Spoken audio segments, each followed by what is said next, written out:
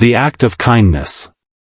The early morning was still shrouded in darkness when Nico's alarm clock rang out, its shrill sound cutting through the stillness of the apartment.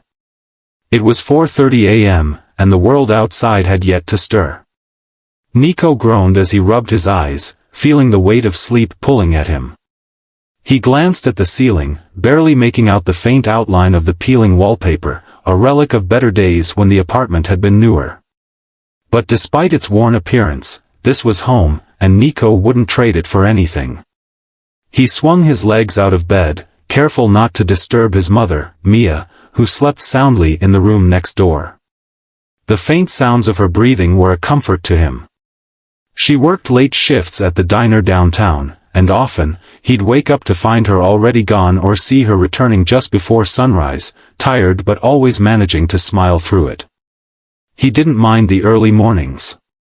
Nico had long accepted that hard work was a part of life, and he'd inherited that sense of determination from her. The apartment wasn't much, small, cramped, and filled with mismatched furniture, but it was theirs. Every morning as Nico got ready for his milk delivery job, he would glance at the picture of the shiny red bicycle taped to his wall. It was a picture he'd cut out from a magazine, a reminder of his dream. A second-hand bike, a small token of freedom that he had been saving for months to buy. It wasn't just a bicycle to Nico, it was a symbol of something bigger, the possibility of a life beyond the milk deliveries, beyond the early mornings and endless hard work. 3 more months, he thought to himself. Just 3 more months of saving every penny from his early morning deliveries, and he would finally have enough to buy that bike from Wilson's bike shop downtown. It wasn't fancy, and it wasn't brand new, but it was his, and that thought filled him with a quiet sense of pride. Nico quickly pulled on his worn but clean uniform, his white milk delivery shirt with the fresh Daily Dairy logo on it, and the khaki pants that his mother had carefully hemmed to fit him.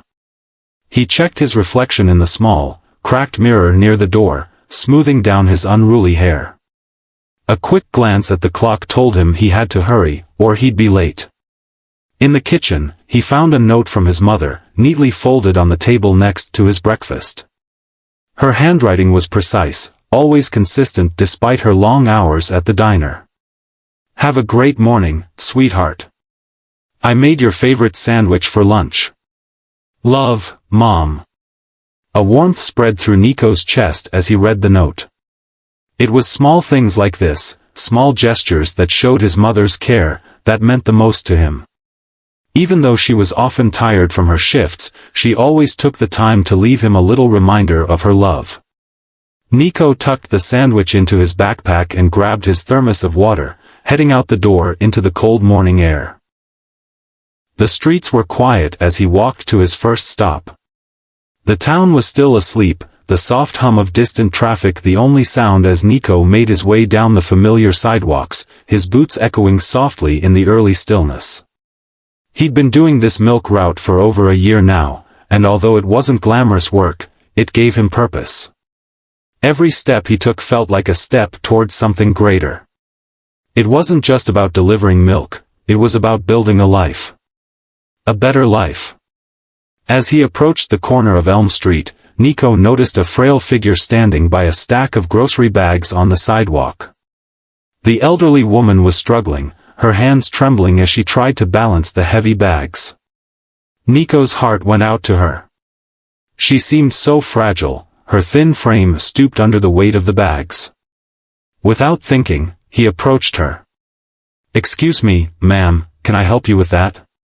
His voice was gentle, warm, hoping to offer some comfort to this stranger in need. The woman looked up, surprised by the offer. Her silver hair was tied neatly in a bun, and she wore a faded floral dress. Her face, though lined with age, radiated a kindness that immediately put Nico at ease. "Oh, thank you, young man," she said with a sigh of relief. "I don't usually ask for help, but these bags, they're a little too much for me today." Nico smiled and took the bags from her hands. They weren't terribly heavy, but the woman's struggle with them spoke volumes. He adjusted his grip, making sure the bags were comfortable in his arms. "I'd be happy to help," he said, and together, they began walking slowly down the street. The woman introduced herself as Mrs. Wilkins. As they walked, she began to share stories of the old days, of how the town used to be alive with the sound of children playing and neighbors chatting on their front porches. She told Nico about the changes she had witnessed over the years, the stores that had closed, the friends she had lost, and the way the community had slowly drifted apart. Nico listened with rapt attention. There was something comforting about Mrs. Wilkins' stories, something nostalgic. In a way, they reminded him of his own childhood, before everything had gotten so hard. Back then, things had felt simpler, full of hope and possibility. Listening to Mrs. Wilkins made him yearn for that simpler time, even though he knew he could never go back. When they finally reached her home, a small, charming house at the end of the street, she stopped and turned to him. "Thank you, Nico. You're a kind boy, and not many people would have helped me like that," she said, her voice filled with gratitude. Nico felt a lump form in his throat. He wasn't used to receiving praise. It felt strange but good, like he had done something truly meaningful. "It was no trouble at all," he replied modestly, adjusting the strap of his backpack. Mrs. Wilkins smiled again, and there was something in her eyes, a glint of wisdom and understanding. "I don't have much to offer you, but I want to give you something," she said, reaching into her purse. She pulled out a crumpled envelope and handed it to him. Nico looked at the envelope, unsure of what to say. "What is it?" he asked, his curiosity piqued. She smiled softly, her hands trembling slightly as she passed him the envelope. "It's a letter, Nico. And though you may not understand now, it will change your life. Don't open it right away. But when the time comes, you'll know." With that, she turned and entered her house, leaving Nico standing there with the envelope in hand. The weight of the moment hung in the air as Nico stared at the envelope, perplexed. He didn't know what to make of it. What could this letter possibly contain? And why had Mrs. Wilkins given it to him? But as he walked away, slipping the envelope into his backpack, he couldn't shake the feeling that something extraordinary was about to unfold. The fallout. The sun had barely risen as Nico made his way back to the familiar streets of his small town. He adjusted his backpack, feeling the weight of the envelope pressing against his back. Every step felt like a new chapter of something that he couldn't yet understand. His thoughts kept returning to Mrs. Wilkins, her wrinkled hands, her soft smile, and the cryptic words she'd shared with him before sending him on his way. "When the time comes, you'll know." But what did she mean by that? Nico had never been one to dwell on things for too long. He was a boy of action, always focused on the next task, the next challenge. But this envelope felt different. He couldn't just brush it off as some odd token of gratitude. No, something about it gnawed at him, urging him to figure out what was inside, to understand why it was in his hands. He pushed the thought aside for now. He had a job to do. The milk deliveries needed to be finished before he could focus on anything else. As he walked, the early morning chill began to lift, and the town began to stir.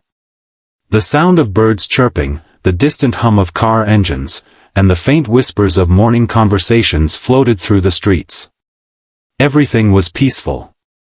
But peace, Nico was starting to realize, was fleeting. As he reached the final stretch of his delivery route, Nico's phone buzzed in his pocket. He took it out and saw a message from his boss, Mr. Thompson.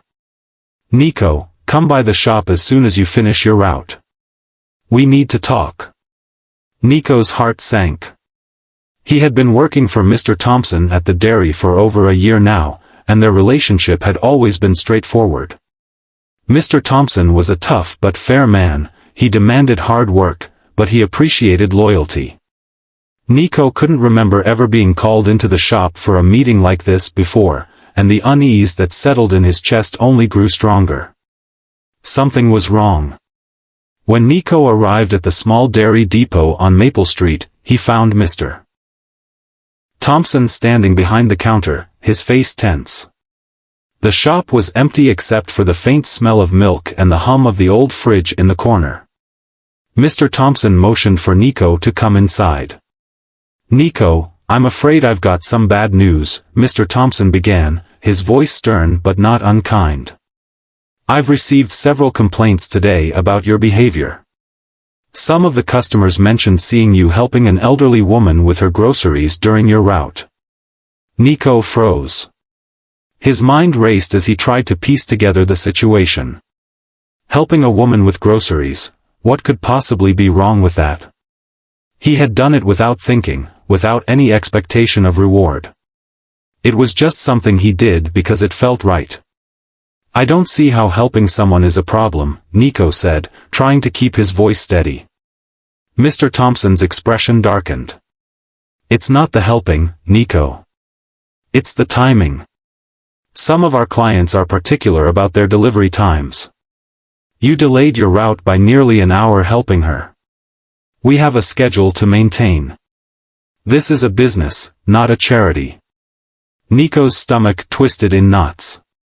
He understood the importance of schedules, his own life was built around routine. But the idea that his small act of kindness could be viewed as a problem stung more than he expected. "I'm sorry, Mr. Thompson. I didn't mean to cause any trouble." "It was just," Nico started, but Mr. Thompson raised a hand, cutting him off. "I know you didn't mean to cause trouble, but this is a business decision, Nico," Mr. Thompson said. "I can't afford to have delays. It's affecting our service. I'm afraid you're going to have to go." Nico's mind went blank. He stared at his boss, unable to process what he was hearing. Fired? Over helping an elderly woman with her groceries? His heart pounded in his chest as the words hit him like a punch. "You're letting me go, just like that?" Nico asked, his voice barely above a whisper. He had never imagined this outcome. He had worked hard, always showing up on time, doing his job well. This wasn't just a job for him, it was the stepping stone to his dream. The bicycle. The freedom he longed for. "I'm sorry, Nico. I really am," Mr. Thompson said, his face hardening. "But business is business. I'll pay you for the rest of the week, but that's all I can do." Nico stood there, motionless, as a wave of disbelief washed over him. The weight of the situation was too much to bear. He had just lost his job. The one thing that had been keeping him going. The one thing that had given him hope. The thoughts swirled in his head. How would he tell his mother? How would he continue to save for his bike? What was he going to do now? But before he could say anything more, Mr. Thompson gestured to the door. "I'm sorry, Nico. I really am. You're free to go." Nico didn't speak another word. He turned on his heel and left the shop, the sound of the door closing behind him echoing in his mind. He walked out into the crisp morning air, feeling like the ground had been ripped from under him. It was hard to breathe. His chest was tight. As he walked aimlessly down the street, trying to make sense of everything, he reached into his backpack and felt the crinkled envelope that Mrs. Wilkins had given him. It was still there. He pulled it out, his hands shaking as he stared at the faded envelope. It felt heavier now. Not just in weight, but in meaning. Maybe Mrs. Wilkins had known something he didn't. Maybe she had seen something in him, something he couldn't yet see for himself. Without a second thought, Nico tore open the envelope and pulled out the letter inside. The handwriting was neat, but there was something urgent about the way it was written. "Nico, I know your heart is heavy right now. But I want you to understand something. Your kindness will lead you down a path that many won't understand, but it is a path that is worth following. You've helped others without expecting anything in return. Now, it's time for you to receive something in return. There is a fight coming, one that will challenge everything you know. A battle against injustice, against a system that has been built to crush people like you and me. Your journey is just beginning. Keep your eyes open, and trust in the choices you make. The letter ended abruptly, with no signature. Nico stood there for a moment, processing the cryptic words. What was this about? A fight? Injustice? He didn't know what any of it meant, but one thing was clear: his life was about to change in ways he couldn't even begin to imagine. The turning point. Nico sat on the steps of the old town hall, the crumpled letter still in his hands. He felt like the world around him had gone silent. The normal sounds of the town, the chatter of early risers, the soft hum of car engines, the birds that sang their morning songs, felt distant, muffled by the weight of his thoughts. His mind was racing, trying to make sense of the cryptic letter he had just read. A fight coming, a battle against injustice. The words echoed in his mind. He had no idea what kind of fight the letter was referring to, but he knew one thing for sure: his life had just changed. He had lost his job at the dairy, a job he had worked so hard for. His dream of buying the red bicycle, the one thing he had worked tirelessly to achieve, felt further away than ever. But the letter, there was something about it that made him feel like he wasn't alone in all of this. Mrs. Wilkins had known. She had seen something in him. And now he had to figure out what that meant. He stood up, his legs stiff from sitting too long. The wind had picked up, carrying with it the faint smell of the nearby bakery and the distant scent of fresh-cut grass. Nico stuffed the letter back into his backpack and started walking, not sure where he was headed but knowing that he couldn't stay still. His thoughts kept drifting back to Mrs. Wilkins. He didn't know much about her, only what she had shared during their brief walk earlier that morning.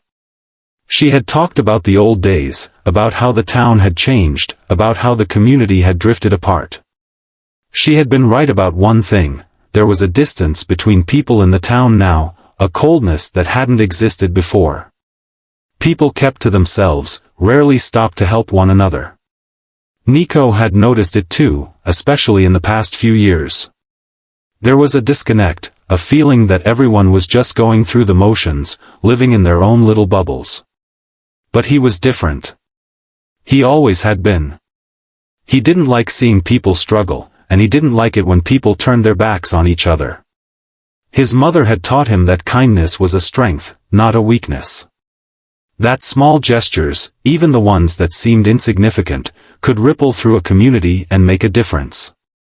The more Nico thought about it, the more the pieces of the puzzle began to fit together. He had helped Mrs. Wilkins without expecting anything in return, but now, it seemed like he was being asked to do more. A battle was coming.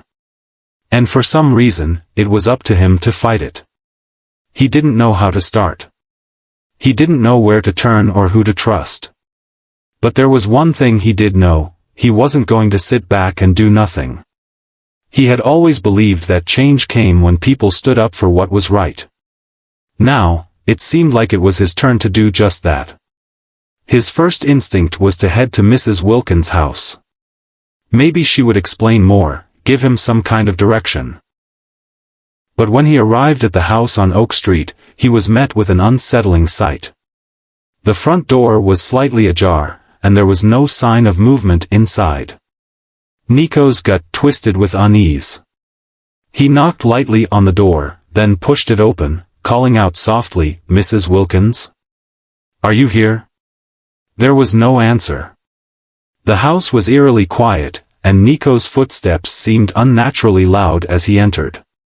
He glanced around, taking in the familiar surroundings: old photographs on the walls, a faded rug in the living room, the small wooden rocking chair by the window.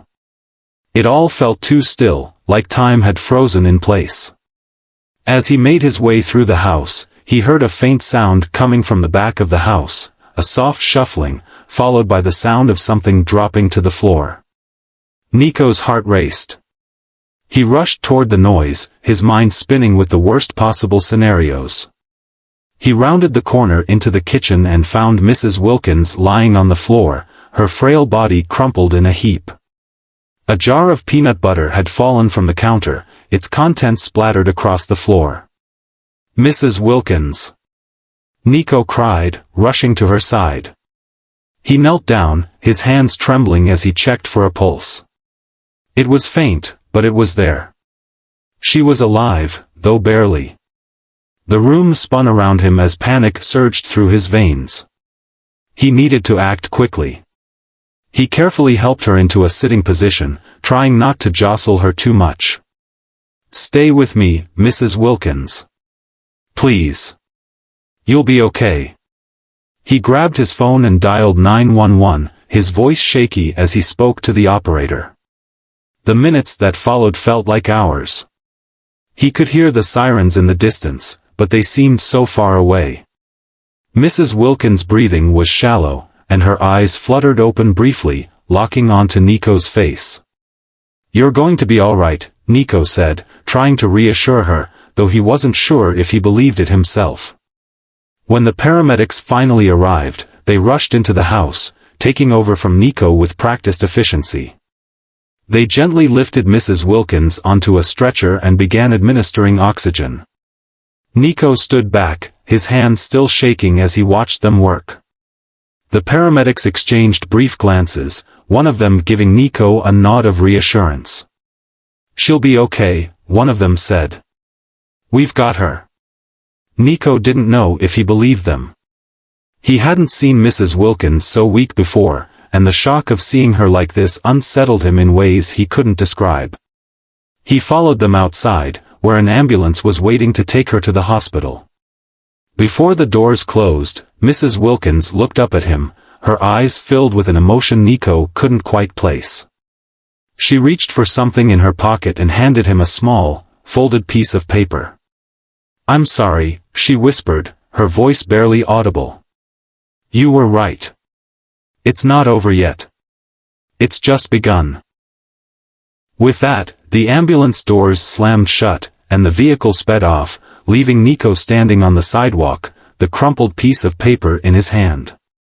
He opened it slowly, almost afraid of what he might find. Inside, there was another message, written in the same neat handwriting as before. "They're coming for you, Nico.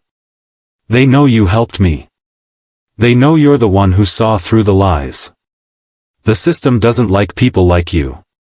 But you have the power to change it. You just need to be brave." The words hit him like a ton of bricks. The system, what was she talking about? Who were they? And why had Mrs. Wilkins been so cryptic? This was no longer about a small act of kindness. Something bigger was happening. Something far more dangerous. Nico folded the paper and stuffed it back into his pocket. He looked up at the sky, the weight of everything settling heavily on his shoulders. He didn't know what was coming next, but one thing was certain, he couldn't back down. Not now. The awakening. The air was thick with the scent of wet asphalt as Nico trudged through the streets, his thoughts consumed by the cryptic messages he had received. Mrs. Wilkins was in the hospital, and the words she had whispered to him before they whisked her away still echoed in his ears. "They're coming for you, Nico. They know you helped me. They know you're the one who saw through the lies." Nico couldn't shake the feeling that something far bigger was at play here. He had no idea what Mrs. Wilkins was involved in or why he had become a target, but one thing was clear, his life had changed in ways he hadn't anticipated. He felt like he was standing at the edge of a precipice, looking into an abyss he couldn't yet comprehend. The days that followed were a blur. Nico tried to keep himself busy, focusing on small tasks, but it was impossible to ignore the nagging suspicion that someone was watching him. He didn't know who they were, but every time he left the house, he felt eyes on his back. The hairs on his neck would rise, his instinct screaming that danger was lurking just beyond the corner. The town, once so familiar and comforting, now felt like a foreign place. It was as if the very streets had transformed overnight into a maze of uncertainty and hidden threats. Nico couldn't trust anyone. His mind raced, trying to piece together the fragments of information that he had, but the more he thought about it, the more confused he became. What had Mrs. Wilkins been involved in? What was the system she had warned him about? And why was he suddenly in the crosshairs? It wasn't until a few days later, after he had spent hours pacing around the apartment, that he got his first concrete lead. He had gone to visit Mrs. Wilkins at the hospital, hoping for some answers, but when he arrived, he was told that she had been discharged. No one could give him a straight answer about where she had gone. It was as if she had vanished off the face of the earth. Frustrated and more confused than ever, Nico decided to take matters into his own hands. He needed to know the truth, no matter how dangerous it might be. And so, he started digging.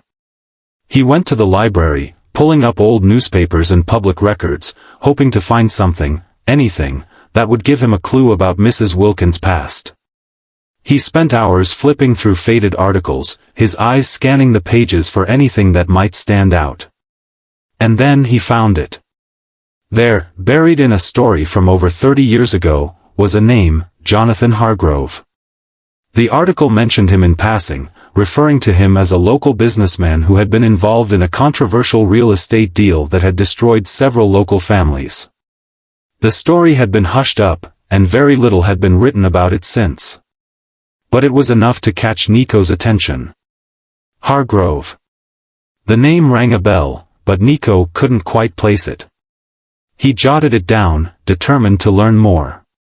The next morning, Nico set out to find answers.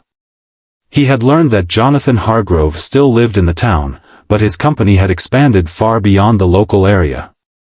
Hargrove Industries, according to the few reports Nico could find, was a massive corporation now, with fingers in almost every major business in the town.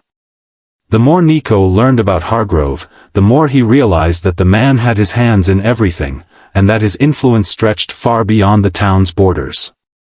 But what really sent a chill down Nico's spine was the realization that Mrs. Wilkins had once been involved in a fierce legal battle against Hargrove. The records weren't clear, but it appeared that Mrs. Wilkins and several other locals had been fighting to protect their homes and their rights against the encroaching corporate greed of Hargrove Industries. The battle had been long and bitter, and it had ended in a settlement that left many people, including Mrs. Wilkins, disillusioned. The pieces were starting to fit together. Mrs. Wilkins had been fighting for justice, and she had been caught in the crossfire of a system that valued profit over people. But Nico didn't yet understand how he fit into this story. Why had she reached out to him? Why had she trusted him with that strange note? Determined to find out more, Nico visited the old town courthouse, where the original legal documents were stored. He had no real reason to believe he would find anything new, but he couldn't shake the feeling that the truth was hidden somewhere in those dusty files. The clerk behind the counter looked at him with a mixture of curiosity and suspicion as he requested the records for the case involving Hargrove Industries. After a few tense moments, the clerk disappeared into the back room, and Nico waited, his mind racing.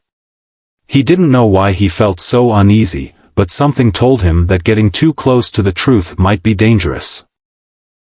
Still, he couldn't stop himself.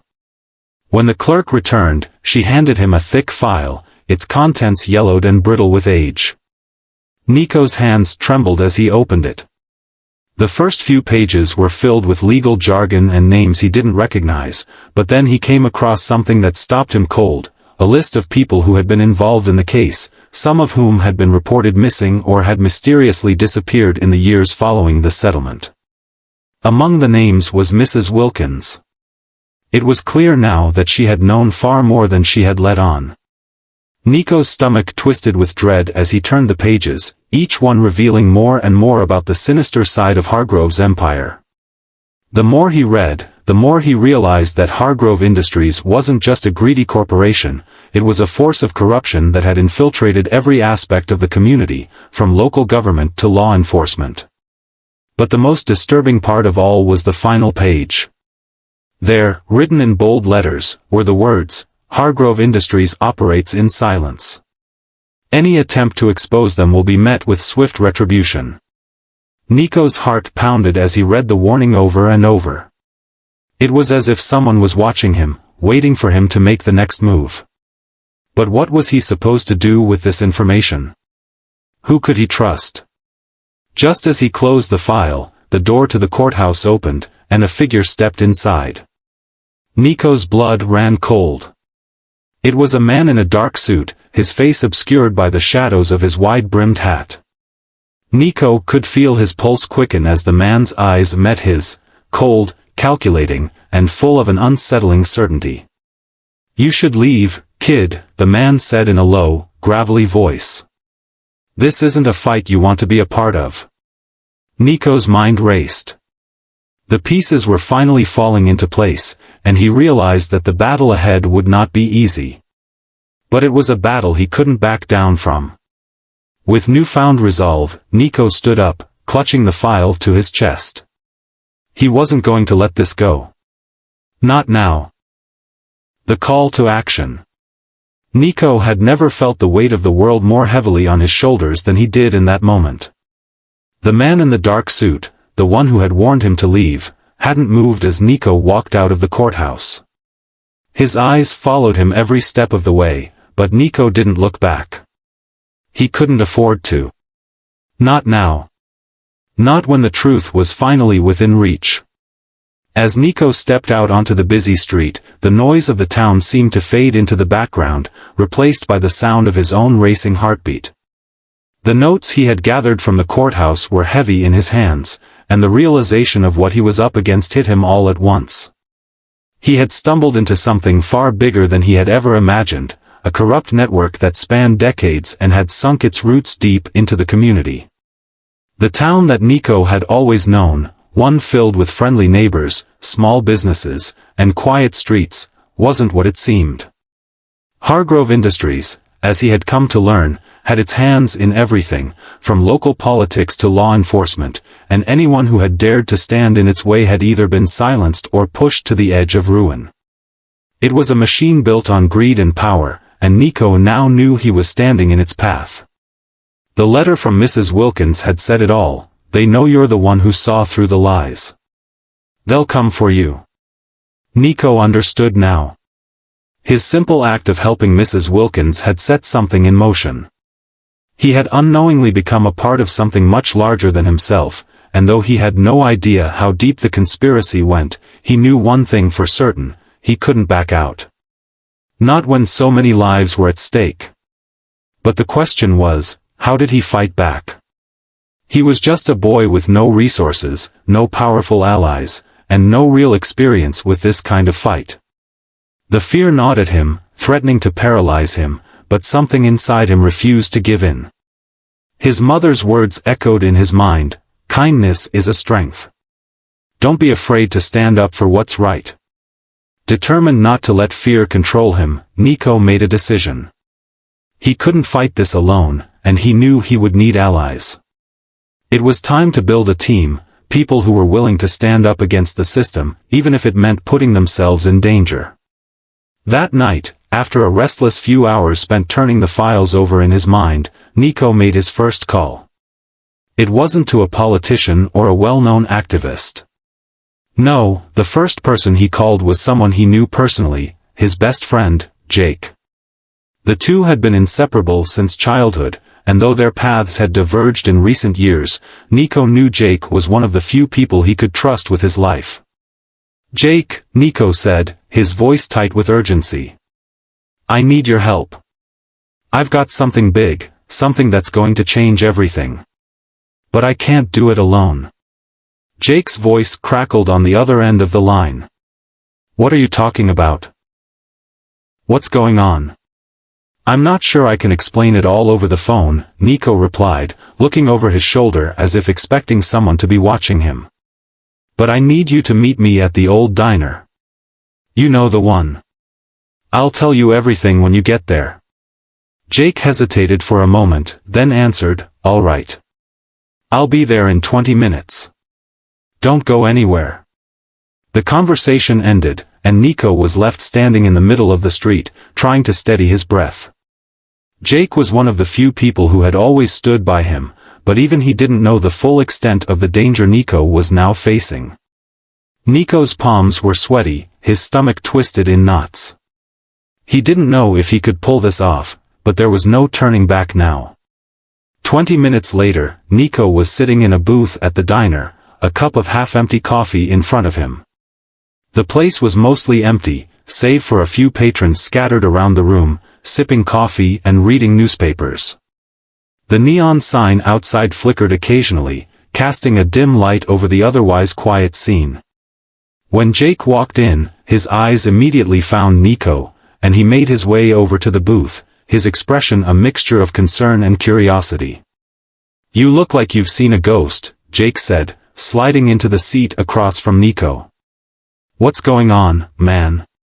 Nico took a deep breath and then leaned in closer, lowering his voice. "Jake, you're not going to believe this, but I think I've stumbled onto something huge. Something that could change everything for this town. But I need your help." Jake raised an eyebrow. "What are you talking about?" Nico glanced around, making sure no one was paying attention.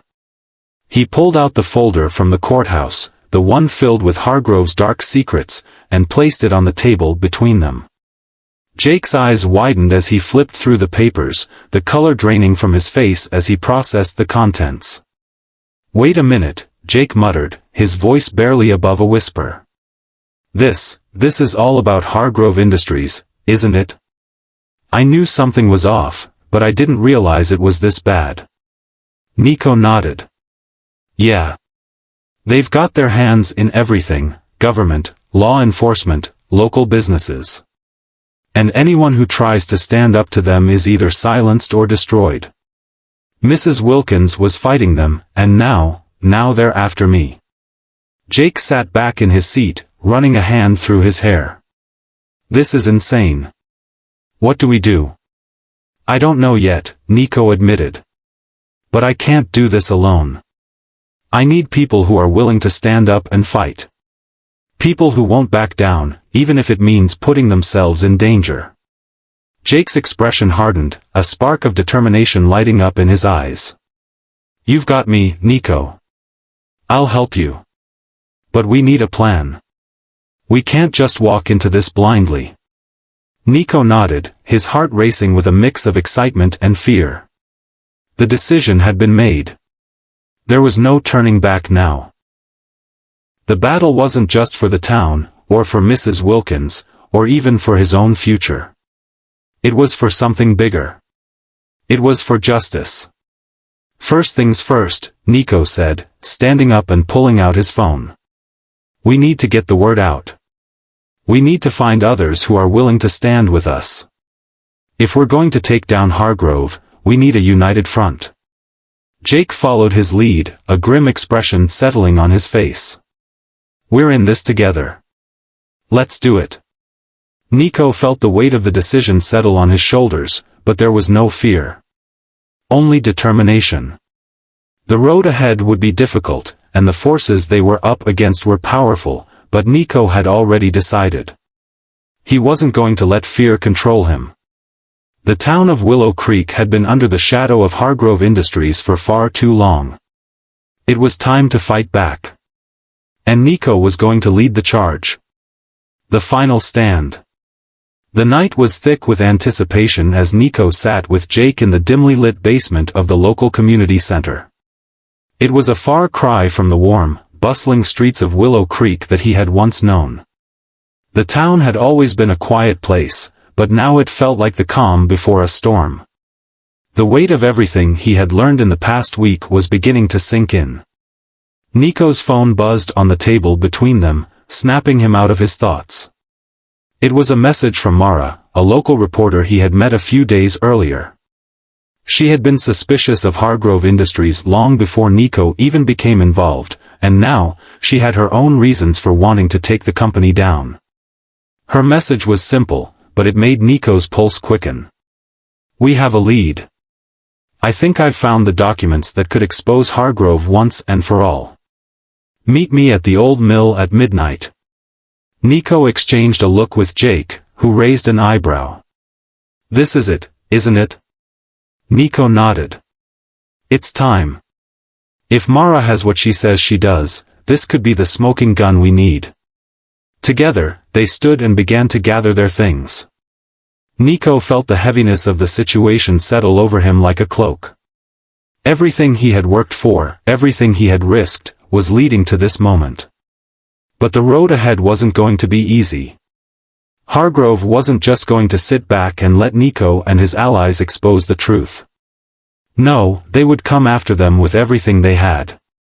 As Nico and Jake made their way to the old mill, a place that had been abandoned for years, Nico couldn't shake the sense of unease that lingered in his chest.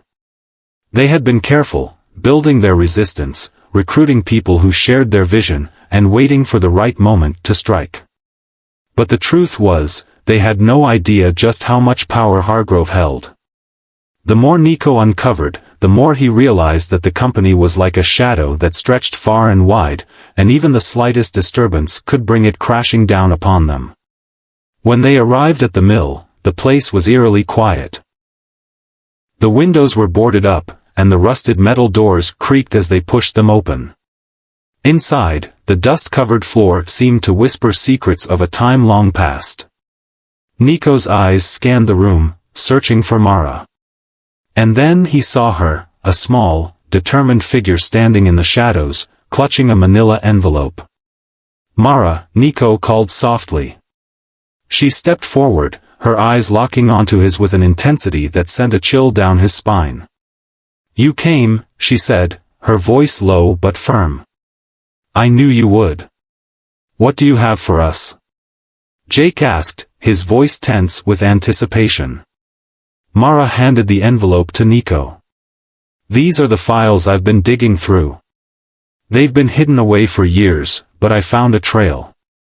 Hargrove's operations weren't just limited to this town, they've been working in secret with other corporations, funneling money into accounts across the world, laundering it through fake charities and shell companies. They've been buying off politicians, paying off judges, manipulating public opinion. If we expose this, it will bring down their entire empire." Nico took the envelope from her, feeling the weight of it in his hands. Inside were documents, receipts, names, dates, all evidence of the vast network of corruption that Hargrove had built over the years. But even as Nico stared at the documents, a sense of dread crept up on him. This was it. This was the moment that would either make or break everything.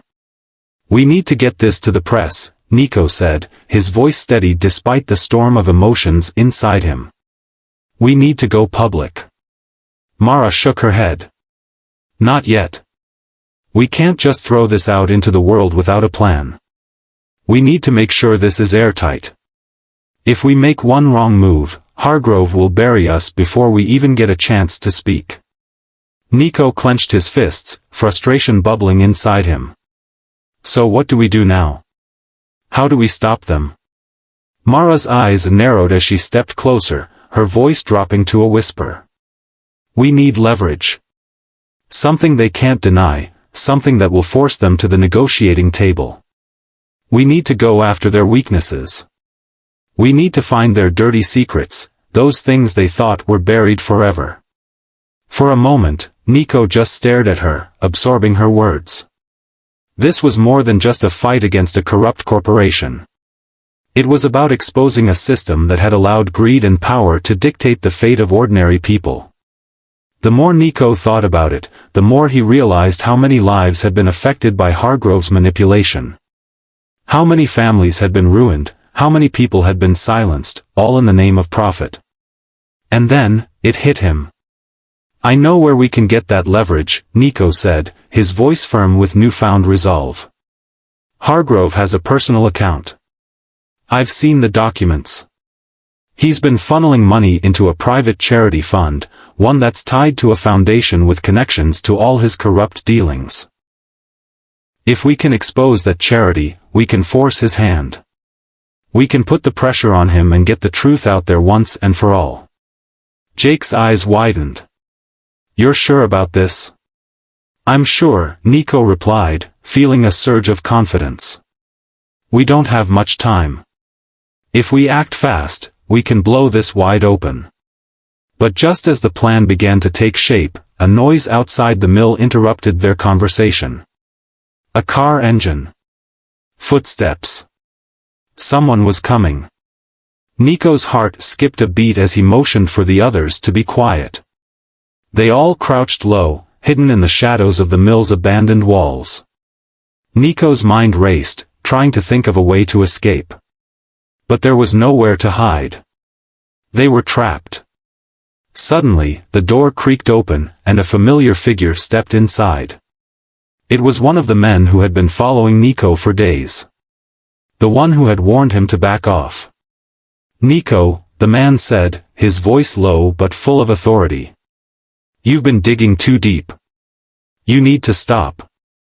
Nico's pulse quickened, but he didn't back down. "I'm not going anywhere. We know what you're doing, and we're going to stop you." The man smirked. "You think you can take down Hargrove Industries with a few pieces of paper and a couple of allies? You're just a kid. You don't have the power to fight back." Nico stepped forward, the weight of his words heavy in the silence. "Maybe I don't have power. But I have the truth. And that's something you can't hide." The man's smirk faded, replaced by a cold, calculating look. "You don't understand. This isn't just about money or power. This is bigger than you. Bigger than all of us." Nico's eyes locked onto his. "Maybe. But it's my fight. And I'm not backing down." The man didn't respond. Instead, he reached into his jacket and pulled out a phone, tapping it quickly. Nico's heart sank. Reinforcements were on the way. "It's over, Nico," the man said. "But I'll give you one last chance to walk away." Nico's mind raced, but his resolve remained unshaken. "You want to fight? Fine. I'll fight. But you won't win. Not this time." As the door behind them slammed open, Nico knew that the battle for Willow Creek had begun in earnest. The storm was here, and there would be no turning back.